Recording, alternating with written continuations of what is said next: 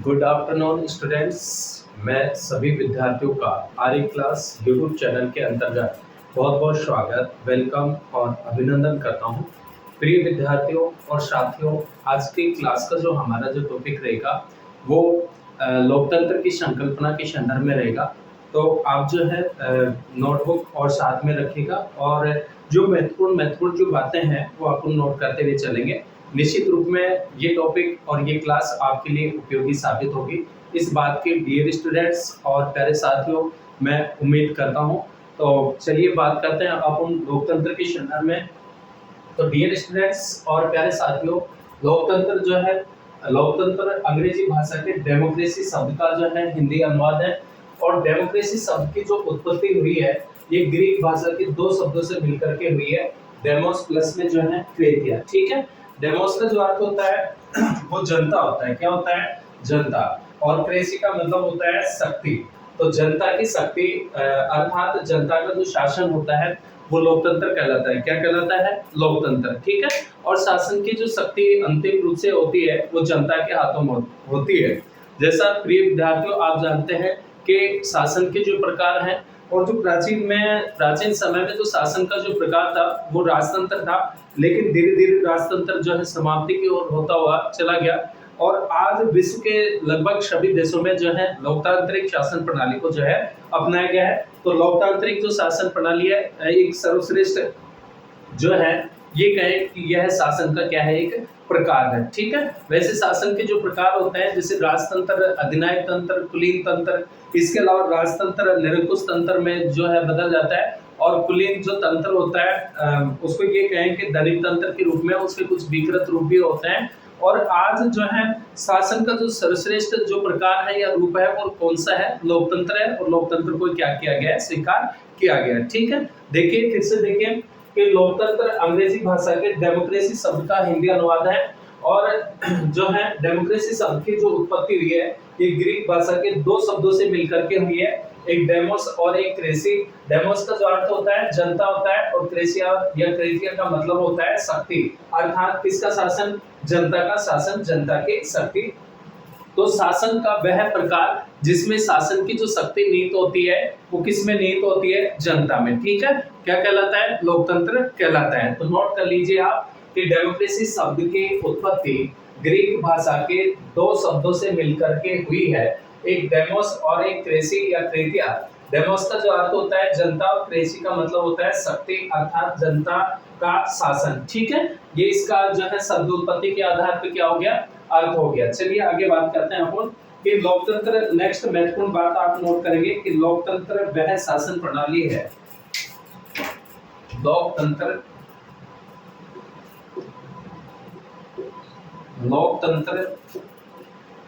वह शासन प्रणाली है।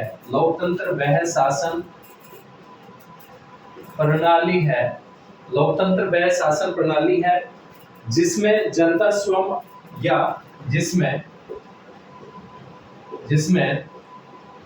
जनता स्वयं या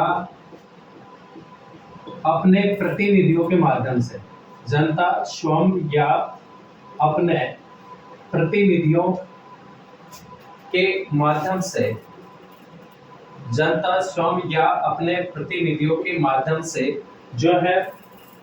संपूर्ण जनता के हित को ध्यान में रखते हुए, माध्यम से संपूर्ण जनता के हित को, संपूर्ण जनता के हित को ध्यान में रखते हुए, संपूर्ण जनता के हित को ध्यान में रखते हुए शासन करती है। ठीक है, शासन करती। डियर स्टूडेंट्स, इसका जो मतलब है कि लोकतंत्र शासन का वह प्रकार है जिसके माध्यम से या जिसमें जनता या तो स्वयं या अपने प्रतिनिधियों के माध्यम से संपूर्ण जनता के हित को ध्यान में रखते हुए क्या करती है? शासन करती है। या जनता के जो प्रतिनिधि होते हैं वो शासन में क्या करते हैं? भाग लेते हैं, जिसमें इसका जो मुख्य उद्देश्य होता है वो संपूर्ण जनता का क्या होता है? हित इसमें क्या होता है? निहित होता है। संपूर्ण लोगों का हित क्या होता है? निहित होता है। तो सेकंड बात आप नोट कीजिए कि लोकतंत्र वह शासन प्रणाली है जिसमें जनता स्वयं या अपने प्रतिनिधियों के माध्यम से जो है संपूर्ण जनता के हित को ध्यान में रखते हुए क्या करती है, शासन करती है। ठीक है, इसके बाद में जो है तो इस प्रकार से जो है कि लोकतंत्र शासन का वह रूप है, इस प्रकार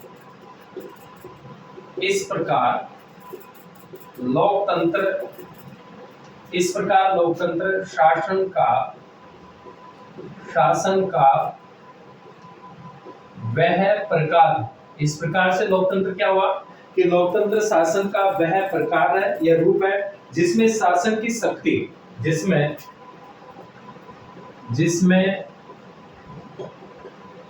शासन की शक्ति अंतिम रूप में जनता के पास होती है। किसके पास होती है? जनता के पास होती है। ठीक है, किसके पास होती है? जनता के पास होती है। डियर स्टूडेंट्स, ध्यान दीजिए कि इस प्रकार लोकतंत्र शासन का वह प्रकार या रूप है जिसमें शासन की शक्ति अंतिम रूप से किसके पास होती है? जनता के पास होती है। किसके पास होती है? जनता के पास होती है। ठीक है, इसके बाद में जो है नेक्स्ट हम बात करते हैं, एक आप नोट लिखिए कि 2005 में सन 2005 में यूएन महासभा ने, यूनाइटेड नेशन जो संयुक्त राष्ट्र संघ है, यूएन महासभा ने लोकतंत्र को, यूएन महासभा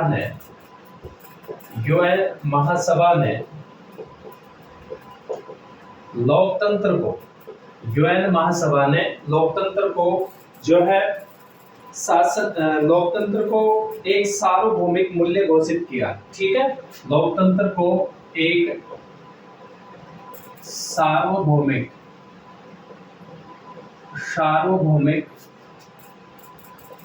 मूल्य घोषित किया। सार्वभौमिक मूल्य क्या किया? घोषित किया, जो सर्वमान्य मूल्य के रूप में कि जो यूएन है, यूनाइटेड नेशन संयुक्त राष्ट्र संघ ने जो है वो उसके जो महासभा है। डियर स्टूडेंट्स, जैसे आप जानते हैं कि संयुक्त राष्ट्र संघ जो है अंतर्राष्ट्रीय क्या है, संगठन है, और संयुक्त राष्ट्र संघ की जो स्थापना हुई थी वो कब हुई थी? 24 अक्टूबर 1945 को। ठीक है, इसकी स्थापना कब हुई थी? 24 अक्टूबर 1945 को। ठीक है, और संयुक्त राष्ट्र संघ का जो मुख्य जो उद्देश्य है कि अंतर्राष्ट्रीय जगत में सुरक्षा और शांति व्यवस्था को जो है बनाए रखना और विश्व को तीसरे महाविश्व युद्ध से जो है क्या करना था? बचाना था। तो इसकी जो महासभा है, महासभा, सुरक्षा परिषद, इसके अलावा न्यास परिषद, अंतर्राष्ट्रीय न्यायालय, सामाजिक और आर्थिक परिषद, और जो है मुख्य रूप से जो प्रमुख रूप से जो संयुक्त राष्ट्र संघ के जो अंग है कितने हैं? 6 अंग है। ठीक है, कौन कौन से? एक तो महासभा, इसके बाद में जो है सुरक्षा परिषद, जिसको दुनिया का क्या कहा जाता है? पुलिसमैन कहा जाता है, और महासभा को विश्व की संसद के नाम से भी जो है जाना जाता है। इसके बाद में जो है सचिवालय, और जो है अंतर्राष्ट्रीय न्यायालय, और इसके बाद में जो है कौन सा हो गया? न्यास परिषद। ठीक है, अब इसका अस्तित्व लगभग जो है समाप्ति की ओर है। न्यास परिषद व आर्थिक व सामाजिक परिषद, नेक्स्ट आर्थिक व सामाजिक परिषद, आर्थिक व सामाजिक परिषद। ठीक है, अंतर्राष्ट्रीय कहाँ पे स्थित है? अंतर्राष्ट्रीय जो न्यायालय कहाँ पे स्थित है? नीदरलैंड के हेग नगर में है। तो कितने अंग हो गए? 6 अंग है। ठीक है, संयुक्त राष्ट्र संघ के कितने अंग हैं? 6। तो कहने का मतलब ये है कि जो इसकी जो महासभा है, जिसको विश्व की संसद के नाम से जाना जाता है, और जितने भी सदस्य देश हैं वो इसके क्या होते हैं? मेंबर होते हैं। तो संयुक्त राष्ट्र संघ की महासभा ने जो है लोकतंत्र को एक सार्वभौमिक मूल्य क्या किया? घोषित किया। कब किया? सन 2005 में। ठीक है, तो आपको ये नोट रूप में आप जो है लिख लीजिए विशेष रूप में कि सन 2005 में यूएन की जो महासभा है उसने लोकतंत्र को एक सार्वभौमिक मूल्य क्या किया? घोषित किया। ठीक है।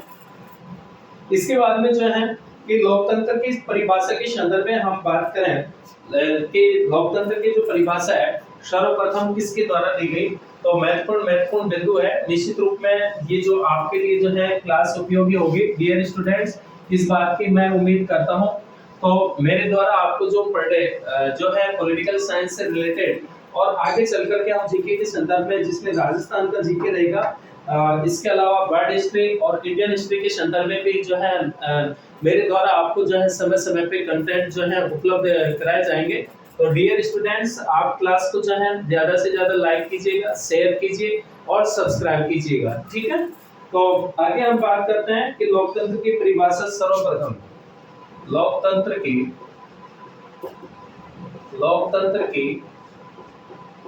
परिभाषा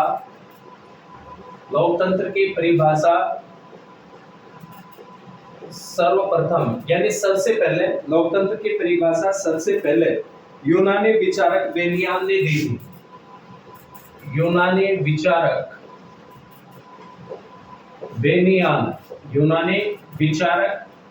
जो है बेनियान ने दी थी। ध्यान रखना किसने दी थी, यूनानी जो विचारक है बेनियान, यूनानी विचारक बेनियान ने दी, ठीक है। सर्वप्रथम जो परिभाषा जो दी गई लोकतंत्र की वो किसके द्वारा दी गई, जो कि यूनानी विचारक के रूप में थे, कौन थे, बेनियान ने दी थी, जिसने लोकतंत्र को जनता के द्वारा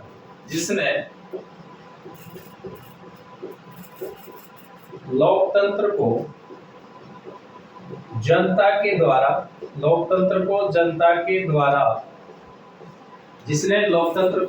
के द्वारा जो है वह जनता के लिए शासन के रूप में थी। जनता के द्वारा वह जनता के लिए शासन के रूप में दी, ठीक है। इन्होंने सबसे पहले जो है लोकतंत्र की जो है परिभाषा दी, किसने, जो कि यूनानी विचारक है, कौन है, बेनियान।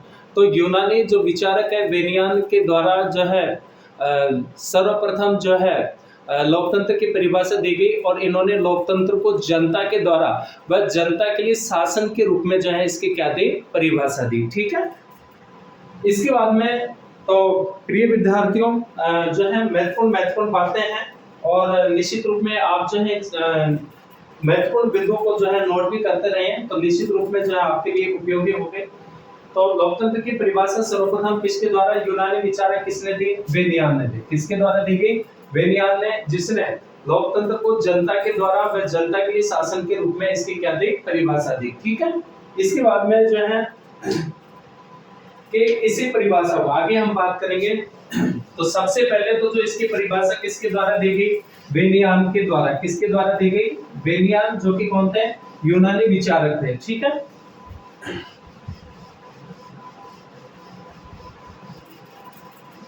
इसके बाद में जो है कि इसी परिभाषा को आधुनिक युग में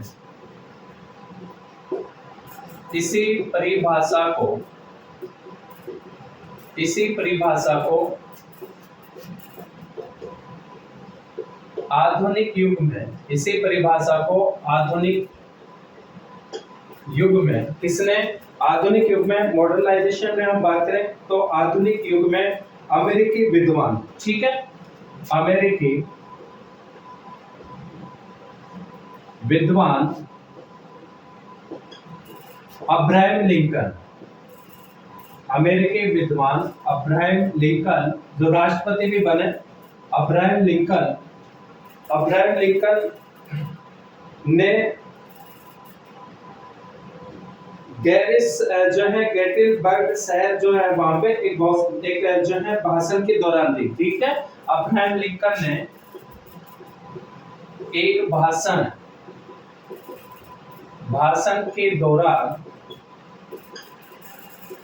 भाषण के दौरान जो है परिभाषा दी इसकी, ठीक है। अब्राहम लिंकन ने एक भाषण के दौरान इसकी परिभाषा दी, किसके, लोकतंत्र की, इसकी परिभाषा दी। और इन्होंने जो परिभाषा दी और ये कहा कि लोकतंत्र जनता के द्वारा लोकतंत्र जनता का जनता के द्वारा जनता के द्वारा और जो है जनता के लिए शासन है, वह जनता के लिए क्या है, शासन है। ठीक है, तो आधुनिक समय में जो लोकतंत्र की जो परिभाषा दी वो किसने दी, अब्राहम लिंकन ने एक भाषण के दौरान इसकी परिभाषा दी कि लोकतंत्र जो है जनता के द्वारा और जनता के लिए क्या है, शासन है। ठीक है, तो परिभाषा में उल्लेखित का जो अर्थ है, यानी अंतिम जो शक्ति है वो जनता में निहित होगी और द्वारा शब्द का जो अर्थ है वो जनता के कल्याण कार्य के लिए किया जाएगा। ठीक है, इसका जो अर्थ है किसका, जनता के द्वारा जनता के लिए जो शासन है, इसका मतलब क्या हुआ कि शासन की जो अंतिम शक्ति होगी वो किसमें निहित होगी, जनता में निहित होगी और द्वारा शब्द का जो अर्थ है कि जनता के कल्याण के कार्य के लिए किया जाएगा। ठीक है, इसके बाद में जो है अमेरिकी राष्ट्रपति वुडरो विल्सन के शब्दों में बात करें हम, नेक्स्ट महत्वपूर्ण बात, अमेरिकी राष्ट्रपति वुडरो विल्सन, अमेरिकी राष्ट्रपति वुडरो विल्सन के शब्दों में संसार को, इनके शब्दों में संसार को, वुडरो विल्सन जो अमेरिका के राष्ट्रपति थे, इन्होंने ये कहा कि संसार को लोकतंत्र के लिए सुरक्षित बनाने के लिए, संसार को लोकतंत्र के लिए सुरक्षित बनाने के लिए, लोकतंत्र के लिए सुरक्षित बनाने के लिए प्रथम विश्व युद्ध लड़ा गया, प्रथम विश्व युद्ध जो है लड़ा गया। ठीक है, ये इन्होंने कहा वुडरो विल्सन ने कि संसार को लोकतंत्र के लिए जो है सुरक्षित बनाने के लिए प्रथम विश्व युद्ध लड़ा गया और जो प्रथम विश्व युद्ध हुआ था वो 1914 से लेकर के कब तक लड़ा गया, 1918 तक। ठीक है, ये प्रथम विश्व युद्ध था और सेकंड जो बड़वार हुआ वो 1939 से लेकर के 1945 तक। ठीक है, तो इन्होंने कहा डायसी के अनुसार जो है कि लोकतंत्र वह शासन प्रणाली है जिसमें जनता का एक बड़ा भाग जो है हिस्सा होता है, ये डायसी ने कहा है। और सीले के अनुसार बात करें तो सीले के अनुसार लोकतंत्र वह शासन प्रणाली है जिसमें प्रत्येक व्यक्ति का एक भाग होता है। ध्यान रखना, किसके अनुसार, शीले के अनुसार, सीले के अनुसार कि लोकतंत्र शासन की वह प्रणाली है जिसमें शासन शक्ति जो है वह शासन प्रणाली है जिसमें प्रत्येक व्यक्ति एक क्या होता है, भाग होता है। ठीक है, शासन की वह प्रणाली है या वह प्रकार है जिसमें प्रत्येक व्यक्ति क्या होता है, एक पार्ट या भाग के रूप में होता है। तो ये जो है महत्वपूर्ण जो है जो विद्वान है राजनीति विज्ञान के, उन्होंने जो है लोकतंत्र के संदर्भ में क्या दी, परिभाषा दी। ठीक है, देखिए डियर स्टूडेंट्स, फिर से रिवाइज करते हैं, अपन लोकतंत्र के संदर्भ में बात कर रहे हैं और लोकतंत्र आधुनिक समय की जो है, या ये कहें कि आधुनिक समय में लोकतंत्र को जो है सर्वश्रेष्ठ शासन प्रणाली माना गया है। और आज विश्व के जो ज्यादातर जो देश हैं उसमें कौन सी शासन प्रणाली प्रचलित है, लोकतांत्रिक या लोकतंत्र शासन प्रणाली जो है प्रचलित है। लोकतंत्र जो है अंग्रेजी भाषा के डेमोक्रेसी शब्द का हिंदी अनुवाद है जो कि ग्रीक भाषा के दो शब्दों से मिलकर के बना है, डेमोस और क्रेटिया या क्रेसी। डेमोस का अर्थ होता है जनता और क्रेसिया का मतलब होता है शासन, अर्थात जनता का शासन। ठीक है, इसके अलावा जो है लोकतंत्र की सबसे पहले जो परिभाषा दी वो यूनानी विचारक वेरियान ने दी, जिसमें लोकतंत्र को जनता के द्वारा और जनता के लिए शासन के रूप में इन्होंने परिभाषित किया। और आधुनिक युग में जो है अमेरिकी विद्वान अब्राहम लिंकन ने एक भाषण के दौरान इसकी परिभाषा दी, लोकतंत्र जनता का, जनता के द्वारा व जनता के लिए क्या है, शासन है। और अमेरिकी राष्ट्रपति वुडरो विल्सन के शब्दों में संसार को लोकतंत्र के लिए सुरक्षित बनाने के लिए जो है क्या लड़ा गया, प्रथम विश्व युद्ध लड़ा गया। ठीक है, या इसके अलावा जो है तो निष्कर्ष रूप में जो है कि भाई लोकतंत्र वह शासन प्रणाली है जिसमें जनता स्वयं या अपने प्रतिनिधियों के माध्यम से संपूर्ण जनता के हित को ध्यान में रखते हुए शासन करती है। और लोकतंत्र एक शासन का प्रकार न होकर राज्य का भी क्या होता है, एक प्रकार होता है। ध्यान रखना कि लोकतंत्र एक शासन का प्रकार न होकर राज्य का भी प्रकार होता है। और सामाजिक व्यवस्था भी लोकतांत्रिक होती है, जीवन शैली के रूप में भी जो है इसको समझा जा सकता है। और इस प्रकार लोकतंत्र शासन का वह रूप है जिसमें शासन की जो अंतिम जो शक्ति होती है वो किसके हाथों में होती है, वो जनता के हाथों में होती है। किसके हाथों में होती है, जनता के हाथों में इसकी जो है शक्ति होती है। अब हम बात करेंगे इसके विकास की।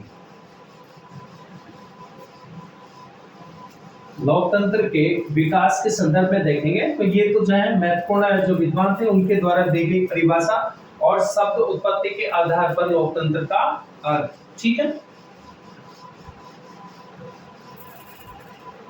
आगे बात करते हैं अपन लोकतंत्र का विकास।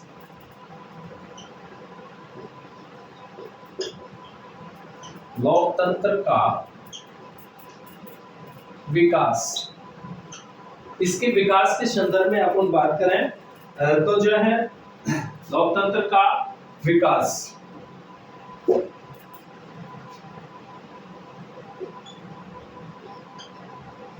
के संदर्भ में बात करेंगे कि किस प्रकार से जो है इसका विकास होता है।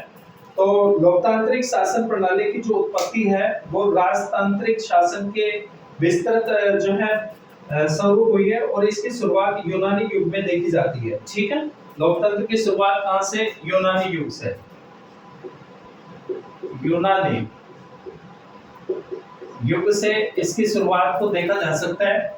और जो है प्लेटो अरस्तु ने लोकतांत्रिक को एक शासन का प्रकार माना। ठीक है, लोकतंत्र को क्या माना, एक शासन का प्रकार। किस किसने, जो यूनानी जो पाश्चात्य जो विचारक है प्राचीन, कौन कौन से, एक तो प्लेटो जिसे यूनान का प्रथम क्या कहा जाता है, दार्शनिक। ठीक है, और राजनीति शास्त्र के जो पिता माने जाते हैं, कौन माने जाते हैं, अरस्तु माने जाते हैं। प्लेटो के शिष्य अरस्तु थे। यूनान में देखिए 3 गुरु शिष्यों की महान परंपरा रही है। सबसे पहले तो जो है प्लेटो, और प्लेटो जो शिष्य थे ये जो है सुकरात के। ठीक है, सुकरात का शिष्य कौन बना, प्लेटो। और प्लेटो का जो शिष्य है वो कौन बनते हैं, अरस्तु। और अरस्तु के जो शिष्य थे वो कौन थे, सिकंदर। लेकिन सिकंदर जो है एक राजनीतिज्ञ न होकर के और एक महान क्या थे, शासक बन गए। ठीक है, तो यूनान में 3 गुरु शिष्यों की महान परंपरा जो है मानी जाती है, जो कि अमर है। सबसे पहले सुकरात, सुकरात का शिष्य प्लेटो, और प्लेटो का शिष्य कौन बना, अरस्तु। ठीक है, तो उस समय की जो राजनीतिक जो दार्शनिक थे प्लेटो और अरस्तु, इन्होंने लोकतंत्र को जो है एक शासन का क्या माना, प्रकार माना है। ठीक है, प्लेटो और अरस्तु ने लोकतंत्र को शासन का एक प्रकार माना। ठीक है, अब इसमें आपको ये ध्यान रखना है डियर स्टूडेंट्स के जो प्लेटो थे वो यूनान के प्रथम दार्शनिक होने का श्रेय प्लेटो को दिया जाता है। प्लेटो का जो शिक्षणालय था उसका नाम था अकादमी। ठीक है, और प्लेटो की जो महत्वपूर्ण जो रचनाएं थी वो कौन कौन सी थी, Republic, Crito, Meno, Sophist, Apology, the large Gorgias, ये प्लेटो की महत्वपूर्ण रचनाएं थी। और प्लेटो ने आदर्श राज्य का सिद्धांत दिया, शिक्षा का सिद्धांत दिया। इसके अलावा प्लेटो का साम्यवाद का भी सिद्धांत था, जो कि आधुनिक साम्यवाद से बिल्कुल क्या था, विपरीत। क्योंकि प्लेटो का जो साम्यवाद था वो दार्शनिक राजाओं के लिए यानी केवल संरक्षक वर्ग के लिए था। और जो है इसमें मैं ये कहें कि परिवार विषयक और संपत्ति विषयक, ठीक है, जो साम्यवाद था वो किसका था, प्लेटो का। प्लेटो जो है परिवार से और संपत्ति से दोनों को, संरक्षक वर्ग को क्या कर देता है, अलग कर देता है कि उनके पास में न तो संपत्ति होगा न अपना क्या होगा, परिवार होगा। क्योंकि ये दोनों जो है उनके कर्तव्यों में क्या बनते हैं, बाधक बनते हैं। ठीक है, तो अरस्तु जो थे, अरस्तु प्लेटो आदर्शवादी विचारक थे, जबकि अरस्तु को कैसा माना जाता है, यथार्थवादी विचारक। तो उस समय जो प्राचीन जो पाश्चात्य राजनीतिक चिंतन के संदर्भ में हम देखते हैं तो प्लेटो और जो अरस्तु है, अरस्तु का जो महत्वपूर्ण जो ग्रंथ था द पॉलिटिक्स, और राजनीतिक विज्ञान को सर्वोच्च विज्ञान किसने कहा है, अरस्तु ने। ये यथार्थवादी विचारक थे। और इसलिए अरस्तु को राजनीति विज्ञान का क्या माना जाता है, पिता माना जाता है। ठीक है, राजनीति विज्ञान के जनक होने का जो श्रेय दिया जाता है वो किसको दिया जाता है, अरस्तु को दिया जाता है। तो यूनानी युग से लोकतंत्र की जो है क्या हम इसका विकास देख रहे हैं, और इसके विकास में जो है महत्वपूर्ण जो दार्शनिक थे उस समय के, जो सबसे जो बुद्धिजीवी जो व्यक्ति थे, उनमें प्लेटो और अरस्तु ने लोकतंत्र को शासन का क्या माना है, एक प्रकार माना है। ठीक है, इसके बाद में जो है, इसके अलावा और आपको ध्यान रखना है कि प्लेटो और अरस्तु ने लोकतंत्र की आलोचना भी की है। ध्यान रखना, प्लेटो व अरस्तु ने लोकतंत्र की आलोचना भी की। लोकतंत्र की क्या की, आलोचना भी की। ठीक है, और जो है अब इसके बाद में लोकतंत्र के विकास में 4 महत्वपूर्ण क्रांतियों का क्या रहता है, योगदान। अज्ञानियों और मूर्खों का जो शासन है वो किसने कहा, वो प्लेटो और अरस्तु ने। ठीक है, तो ये जो है मूर्खों का शासन कहकर भी जो है अरस्तु ने कहा कि लोकतंत्र निकृष्टतम शासन है, और कार्लाइल ने आधुनिक युग में लोकतंत्र को मूर्खों का क्या कहा है, शासन कहा है। ठीक है, अयोग्यता का शासन किसने कहा, फैगबे ने। तो जो है लोकतंत्र की आलोचना भी की है। इसके अलावा जो है डियर स्टूडेंट्स, लोकतंत्र के विकास में 4 महत्वपूर्ण क्रांतियों का योगदान। लोकतंत्र के विकास में 4 महत्वपूर्ण क्रांतियों का योगदान रहता है। 4 महत्वपूर्ण क्रांतियों का योगदान। 4 महत्वपूर्ण क्रांतियों का योगदान। और जो 4 महत्वपूर्ण जो क्रांतियां थी, ये कौन कौन सी थी, इसमें हम बात करेंगे। जो है सबसे पहले तो जो है औद्योगिक क्रांति। औद्योगिक क्रांति इंग्लैंड में होती है ये औद्योगिक क्रांति, और जो है वैसे 1600 में, लेकिन 1630 में। ठीक है, औद्योगिक क्रांति 1630 ईस्वी में। और जो है इसमें पूंजीवादी सामंतवादी व्यवस्था के स्थान पर लोकतंत्र की बात की गई। पूंजीवादी व सामंतवादी, पूंजीवादी व सामंतवादी व्यवस्था के स्थान पर लोकतंत्र की बात की गई। लोकतंत्र की बात की गई। ठीक है, तो एक तो आपको ये ध्यान रखना है कि जो औद्योगिक क्रांति है, यानी 4 महत्वपूर्ण क्रांतियों का जो है लोकतंत्र के विकास में क्या रहता है, योगदान रहता है। और उसमें सबसे पहले जो है औद्योगिक क्रांति 1630, ये इंग्लैंड में होती है। इसमें पूंजीवादी व सामंतवादी व्यवस्था के स्थान पर जो है किसकी बात कही गई, लोकतंत्र की बात कही गई। नोट कर लेना, जो है विशेष जो है हमारे लिए महत्वपूर्ण जो है ये बिंदु है। आपको लोकतंत्र का विकास समझने में जो है महत्वपूर्ण जो है हम ये कहें कि लोकतंत्र के विकास को इनके माध्यम से अच्छे से जो है समझा जा सकता है। सबसे पहले तो लोकतंत्र जो है प्रचलन कहाँ पे आया, ये यूनान में। ठीक है, और जो है लोकतांत्रिक शासन प्रणाली की उत्पत्ति जो है या इस सब की उत्पत्ति यूनान में देखी गई। और प्लेटो और अरस्तु ने लोकतंत्र को शासन का क्या माना, एक प्रकार माना। उन्होंने लोकतंत्र की जो है आलोचना भी की है।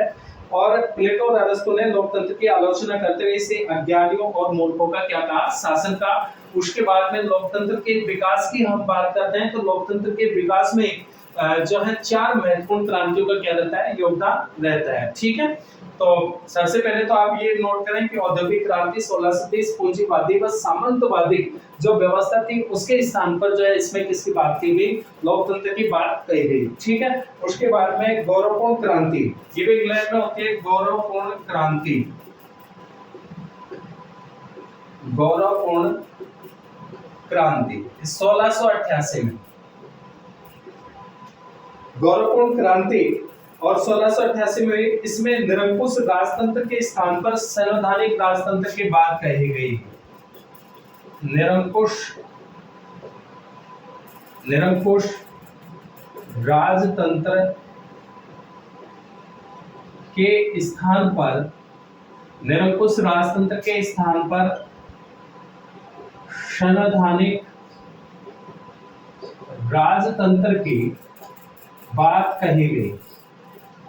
ठीक है, कि निरंकुश राजतंत्र के स्थान पर कैसा राजतंत्र हो, संवैधानिक हो, राजा भी जो है किसके अधीन हो, कानूनों के अधीन हो, नियमों के अधीन हो, तो इसकी इसमें बात कही। उसके बाद में फिर जो है अमेरिकन क्रांति, तीसरे नंबर पे। फर्स्ट तो कौन सी होगी, औद्योगिक क्रांति, सेकंड गौरवपूर्ण क्रांति, और तीसरे नंबर पे हम बात करें तो अमेरिकन क्रांति। अमेरिकन क्रांति, कौन सी क्रांति, अमेरिकन क्रांति, और ये होती है 1776 में, 1776 में। ठीक है, इस क्रांति के माध्यम से जो है स्वतंत्रता के मूल्यों और ब्रिटिश आधिपत्य से स्वतंत्रता में योगदान, स्वतंत्रता के मूल्यों की बात कहेगी, स्वतंत्रता के मूल्यों, किस किस की बात कही गई, स्वतंत्रता के मूल्यों तथा ब्रिटिश आधिपत्य से स्वतंत्रता में योगदान, ब्रिटिश आधिपत्य से स्वतंत्रता में योगदान, स्वतंत्रता में योगदान। इसके बाद में आती है फ्रांसीसी क्रांति, फोर्थ नंबर पे। तो चार जो महत्वपूर्ण जो क्रांति थी उसमें आती है फिर फ्रांसीसी क्रांति। कौन सी क्रांति, फ्रांसीसी क्रांति। और जो फ्रांसीसी क्रांति है 1789 में हुई। कब होती है, 1789 में। स्वतंत्रता, समानता तथा बंधुता, भाईचारे की स्थापना, इसमें जो है मुख्य रूप से स्वतंत्रता, समानता व बंधुता। ठीक है, और ये विश्व का आदर्श भी दिया इन्होंने फ्रांसीसी क्रांति में, जिसमें मोस्टली रूप में स्वतंत्रता, समानता और बंधुता जो लोकतंत्र के क्या है, मूल्य हैं। ठीक है, इसकी क्या होती है, स्थापना होती है। जो लोकतंत्र के मूल्य हैं, स्वतंत्रता, समानता और बंधुता की जो भावना है, ये कौन सी क्रांति के माध्यम से जो है ये मूल्य स्थापित हुई, फ्रांसीसी क्रांति के माध्यम से, जो कि 1789 में होती है। ठीक है, और जो है तो फिर से समझिए, लोकतंत्र का विकास हम देखें तो लोकतंत्र का जो विकास है, लोकतांत्रिक शासन प्रणाली की उत्पत्ति राजतांत्रिक शासन या राजतंत्रात्मक शासन के विस्तृत स्वरूप के परिणाम स्वरूप हुई, और इसकी शुरुआत यूनानी युग में देखी जाती है। कहां से देखी जाती है, यूनानी युग में। प्लेटो और अरस्तु ने लोकतंत्र को एक शासन का क्या माना, प्रकार माना, और प्लेटो और अरस्तु ने लोकतंत्र की जो है आलोचना भी की है। उन्होंने लोकतंत्र को अज्ञानियों और मूर्खों का क्या कहा है, शासन कहा है। ठीक है, अज्ञानियों व मूर्खों का शासन। उसके बाद में लोकतंत्र के विकास में जो है चार महत्वपूर्ण क्रांतियों का क्या रहता है, योगदान रहता है, जिसमें एक तो औद्योगिक क्रांति, इसमें पूंजीवाद और सामंतवादी व्यवस्था के स्थान पर जो है लोकतंत्र की बात की जाती है। उसके बाद में गौरवपूर्ण क्रांति 1688 में, जिसमें निरंकुश राजतंत्र के स्थान पर संवैधानिक राजतंत्र की बात कही गई।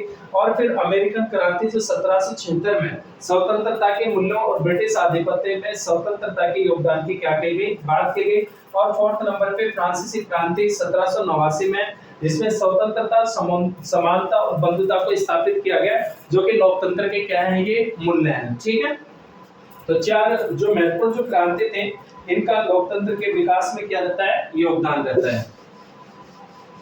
तो निश्चित रूप में जो है आपको ये महत्वपूर्ण जो है बातें हैं, ये लोकतंत्र के संदर्भ में ये आपको ध्यान रखनी है। हम लोकतंत्र के विकास को तभी अच्छे से जो है हम समझ पाएंगे। तो मोस्टली रूप में जो है ये ध्यान रखने योग्य महत्वपूर्ण बिंदु हैं। इसके बाद में जो है सीले, ब्राइस, अब्राहम लिंकन ने लोकतंत्र को शासन के प्रकार के रूप में माना। इसके अलावा प्लेटो, अरस्तु, हेनरी मैन, लॉवेल ने भी लोकतंत्र को शासन में एक प्रयोग से अधिक कुछ नहीं माना। मैजेली के अनुसार सर्वश्रेष्ठ सदा सबसे बुद्धिमान व्यक्तियों के नेतृत्व में सबसे द्वारा सबकी प्रगति का नाम ही क्या है, लोकतंत्र है।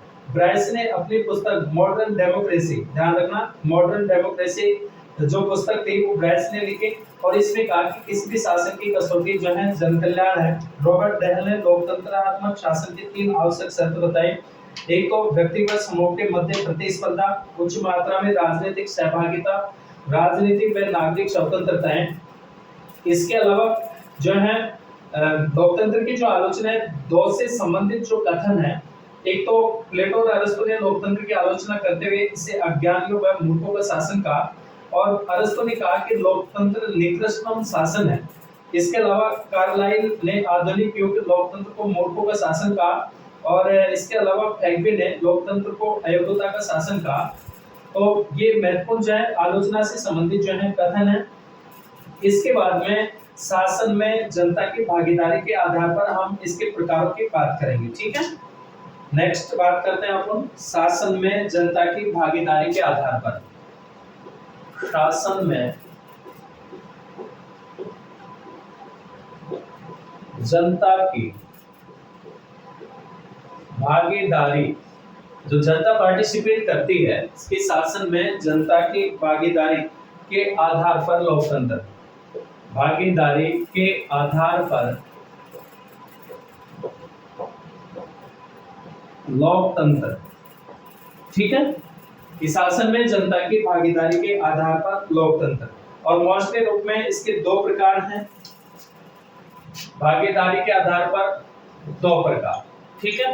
दो प्रकारों के अंतर्गत अपन बात करें तो एक तो आता है प्रत्यक्ष लोकतंत्र। कौन सा लोकतंत्र आता है? एक तो जो है प्रत्यक्ष लोकतंत्र, प्रत्यक्ष लोकतंत्र, और एक जो है अप्रत्यक्ष लोकतंत्र। एक तो कौन सा हो गया? प्रत्यक्ष लोकतंत्र हो गया और एक कौन सा लोकतंत्र हो गया? अप्रत्यक्ष लोकतंत्र।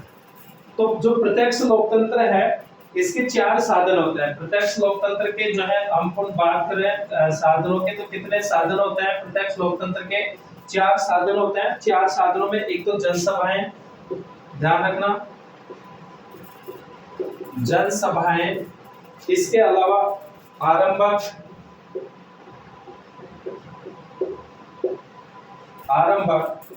इसके अलावा जो है प्रत्याहन और इसके अलावा जो है जनमत संग्रह। और कौन सा हो जाएगा? जनमत संग्रह, जनमत संग्रह। तो ये 4 इसके साधन है। और अप्रत्यक्ष लोकतंत्र में क्या होता है? प्रतिनिधि लोकतंत्र होता है। कौन सा लोकतंत्र होता है? प्रतिनिधि लोकतंत्र। देखिए जहां पर जनसंख्या कम है वहां पे लोकतंत्र, प्रत्यक्ष लोकतंत्र जो है संभव है। बाकी आज विश्व के ज्यादातर देशों में जनसंख्या इतनी अधिक हो गई है कि वहां पे प्रत्यक्ष लोकतंत्र संभव नहीं है। इसलिए आज जो है विश्व के ज्यादातर देशों में जो है कौन से लोकतंत्र को स्वीकार किया गया है? अप्रत्यक्ष लोकतंत्र को, यानी प्रतिनिधि मूलक लोकतंत्र को जो है अपनाया गया है। केवल हमें स्विट्जरलैंड के जो है 5 कैंटोनों में जो है प्रत्यक्ष लोकतंत्र की धारणा आज भी जो है प्रचलित है। सॉरी विद्यार्थियों। तो स्विट्जरलैंड को प्रत्यक्ष लोकतंत्र का घर कहा जाता है। स्विट्जरलैंड को प्रत्यक्ष लोकतंत्र का घर कहा जाता है, ठीक है। वहां पर 5 कैंटोनों में जो है प्रत्यक्ष लोकतंत्र हमें देखने को मिलता है। या इसको स्विट्जरलैंड को प्रत्यक्ष लोकतंत्र की जो है प्रयोगशाला के नाम से भी जाना जाता है, ठीक है। तो विश्व के ज्यादातर देशों में कौन सा लोकतंत्र है? अप्रत्यक्ष लोकतंत्र है, यानी प्रतिनिधि मूलक या प्रतिनिधित्वक लोकतंत्र को जो है अपनाया गया है। और जो 5 जो कैंटन है स्विट्जरलैंड में, एक तो outer Avenger, inner Avenger, Uri, और एक जो है अंडक वाल्डेन और ग्लारस। यहाँ पर जो है प्रत्यक्ष लोकतंत्र की धारणा आज भी जो है प्रचलित है। बाकी सभी अधिकांश लोकतांत्रिक देशों में प्रतिनिधि मूलक लोकतंत्र को जो है अपनाया गया है। आज भी स्विट्जरलैंड आज भी जो है आरंभक वहां पे अपनाए गए। रूसों के विचारों में प्रत्यक्ष लोकतंत्र की धारणा पाई जाती है। सामान्य इच्छा का विचार रूसों ने दिया और इन्होंने अप्रत्यक्ष लोकतंत्र की आलोचना की, जबकि जेएस मिल ने प्रतिनिधि मूलक या प्रतिनिधि लोकतंत्र को सर्वश्रेष्ठ बताया। ये ध्यान रखना आपको विशेष रूप से, ठीक है। ये प्रतिनिधि लोकतंत्र को सर्वश्रेष्ठ किसने माना है? जे.एस. मिल ने माना है।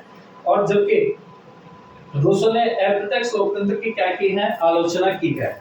इसके बाद में जो है अपन बात करें लोकतंत्र के सिद्धांतों की।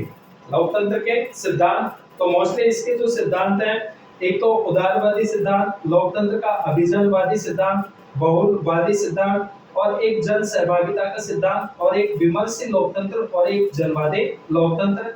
तो ये जो आते हैं उदारवादी लोकतंत्र और बहुलवादी, ये प्रमुख रूप से जो है अप्रत्यक्ष लोकतंत्र के हैं।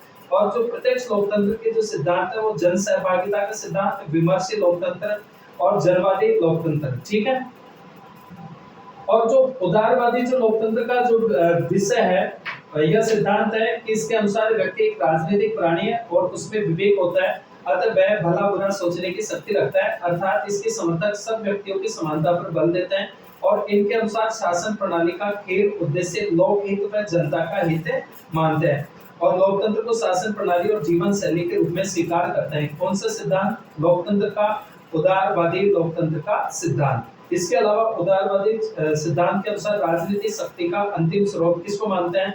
जनता को। और इस सिद्धांत की सर्वोच्च अभिव्यक्ति लोक के विचारों में देखने को मिलती है।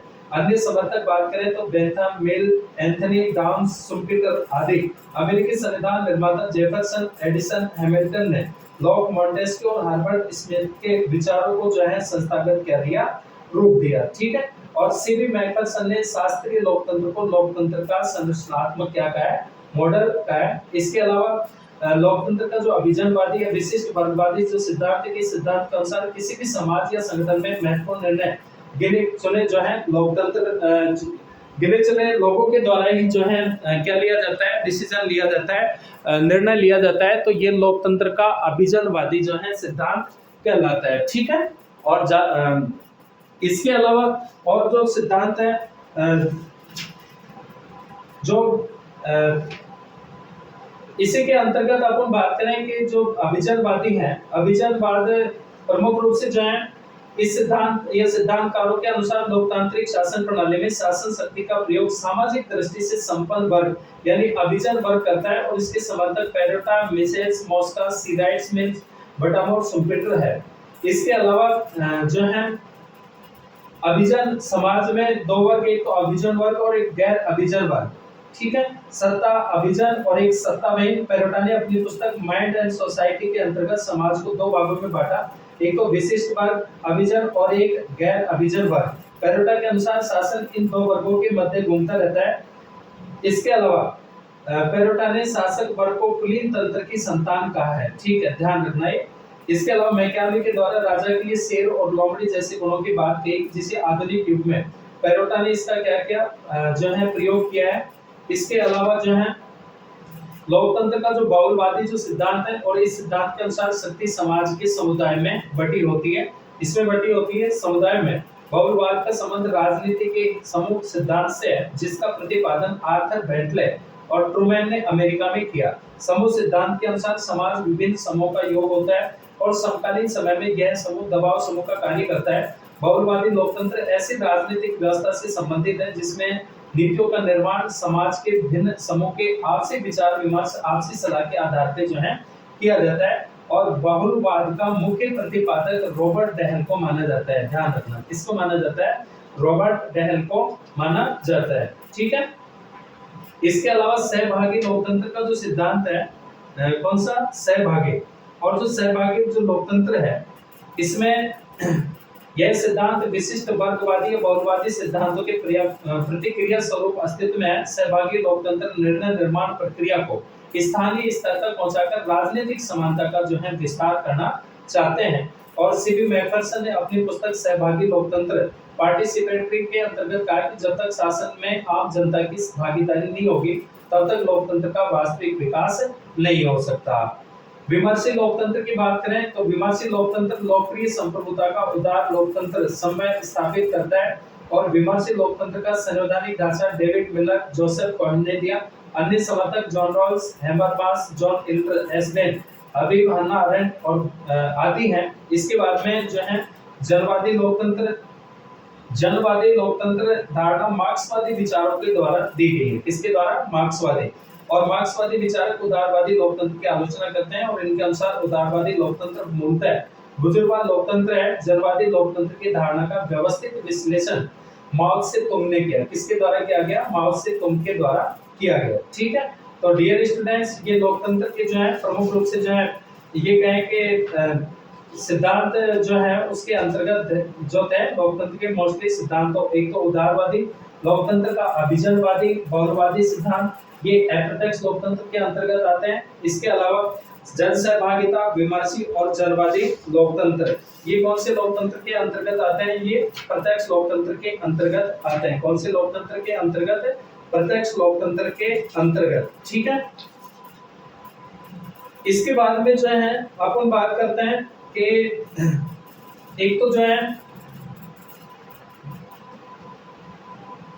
एक तो बात करेंगे अपन के जो लोकतांत्रिक शांति का जो सिद्धांत है वो कांट के विचारों पर आधारित है। किसके विचारों पर आधारित है? कांट के विचारों पर प्रतिपादक माइकल डब्ल्यू डॉयलेट है।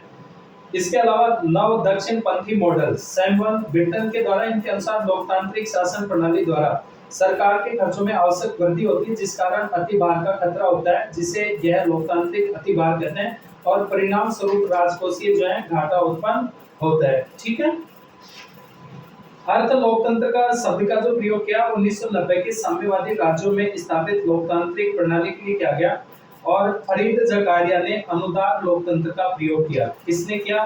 फरीद जकारिया ने। ये आपको विशेष रूप से जो है ध्यान रखना है कि इसका जो प्रयोग किया गया किसके द्वारा?